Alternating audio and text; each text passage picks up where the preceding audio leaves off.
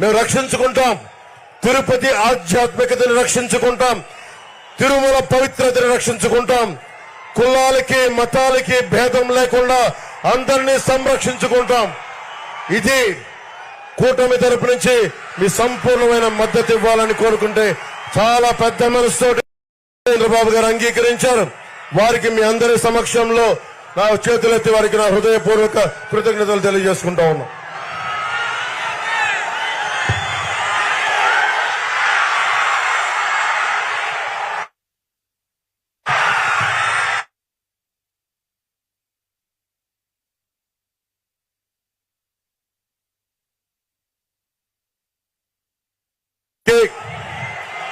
మన ప్రభుత్వం రాగానే మనకి ఇదివరకులాగా మనకి రుయా హాస్పిటల్ స్విమ్స్ లో గానీ 11 మంది చనిపోయారు.